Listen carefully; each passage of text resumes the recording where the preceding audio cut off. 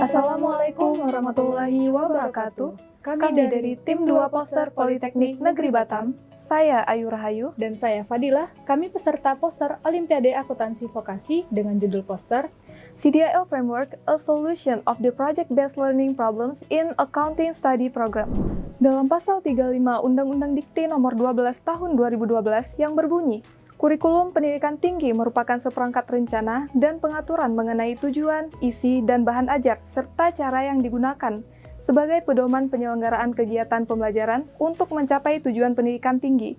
Perkembangan kurikulum Politeknik Negeri Batam pada tahun 2010 hingga 2018, Poli Batam melakukan pembelajaran dengan menerapkan metode konvensional. Selanjutnya, pada tahun 2019 hingga tahun 2021, Poli Batam melakukan pembelajaran dengan menerapkan Merdeka Belajar Kampus Merdeka atau MBKM, dengan mengambil salah satu dari 8 kategori MBKM, yaitu proyek atau studi independen, yang biasa kita sebut dengan PBL.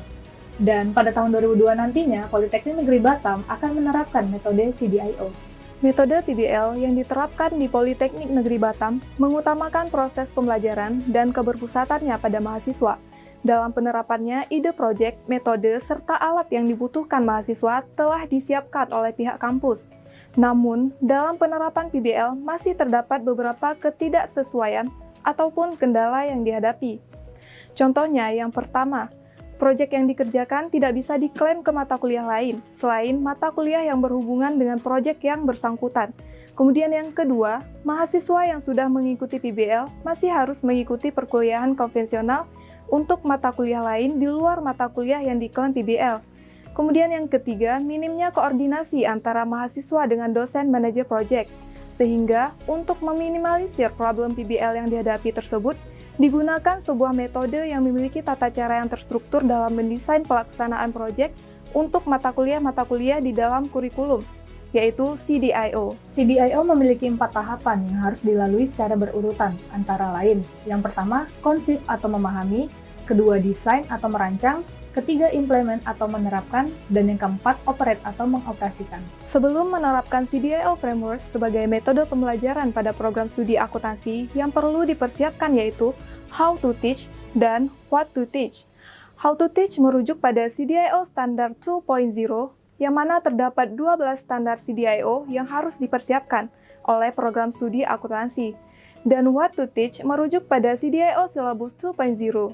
Berikut yang perlu dipersiapkan oleh program studi akuntansi terkait 12 standar CDIO. Standar pertama yaitu konteks. Prodi menyusun panduan adoption plan. Kedua, institusi harus memberikan support. Ketiga, melakukan self-evaluation mengenai kesiapan prodi dalam penerapan CDIO. Yang keempat, application form, yaitu meminta kampus yang sudah mengadopsi CDIO sebagai pembicara. Dan yang kelima, melakukan survei untuk level proficiency dalam industri, jurusan, dan alumni. Yang kedua, learning outcome atau CPL, capaian pembelajaran lulusan. Prodi harus menyiapkan dokumen kurikulum lama, kemudian memetakan atau menyesuaikan dengan silabus CDIO. Yang ketiga, integrated curriculum atau integrasi kurikulum. Prodi harus menyusun atau memetakan proyek yang terintegrasi dengan mata kuliah pada semester tersebut.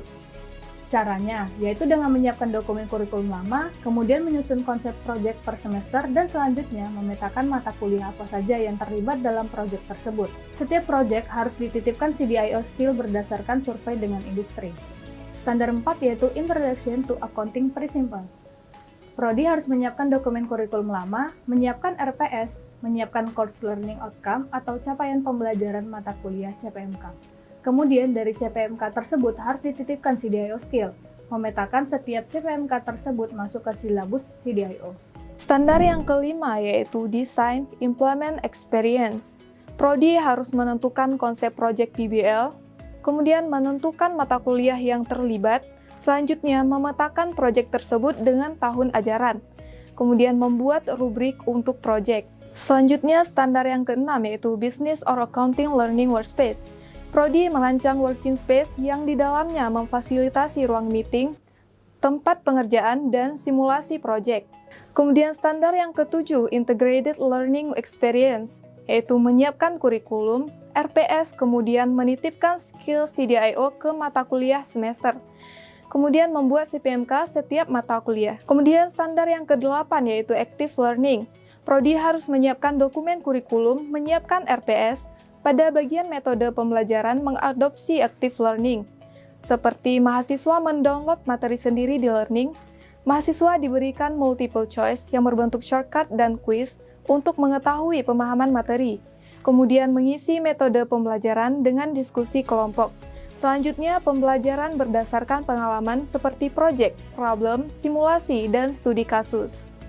Standar 9 yaitu Enhancement of Faculty Competence yang berisikan planning dan budgeting, seperti sosialisasi CDIO secara berkala, ikutkan pelatihan manajemen proyek, jurusan dan prodi memfasilitasi proyek, prodi menyiapkan schedule monitoring, jurusan menginformasikan setiap tahun diadakannya PBL Expo guna untuk mengenalkan proyek yang sudah diselesaikan, melakukan kerjasama dengan industri, membuat standar plan dari rencana-rencana tersebut. Standar ke-10 yaitu Enhancement of Faculty Teaching Competence. Dosen mengikuti pelatihan pedagogi, ikutkan dalam perkembangan kurikulum, selanjutnya ikutkan ke dalam joint teaching, dan jadikan dosen sebagai coaching pada mahasiswa. Standar ke-11 yaitu Learning Assessment. Pertama, siapkan performa general indikator yang berhubungan dengan CDIO. Buat rubrik penilaian asesmen. Cara untuk asesmen seperti presentasi hasil proyek yang dikerjakan oleh mahasiswa. Membuat convert penilaian dari skor ke grade, seperti 4 sama dengan A, 3 sama dengan B, 2 sama dengan C, dan 1 sama dengan D. Yang ke-12 yaitu Standard Program Evaluation, mengevaluasi setiap program dari 12 standar CDIO yang sudah diterapkan. CDIO adalah solusi dari permasalahan project-based learning karena CDIO merupakan kurikulum based on project. Dengan penerapan metode CDIO di prodi akuntansi akan mencapai sebuah capaian pembelajaran yang mencakup penilaian 1 semester, sehingga pelaksanaan PBL berjalan lebih terarah dan terstruktur selama pengerjaan proyek. Kami dari Tim 2 Poster Politeknik Negeri Batam pamit undur diri. Wassalamualaikum warahmatullahi wabarakatuh.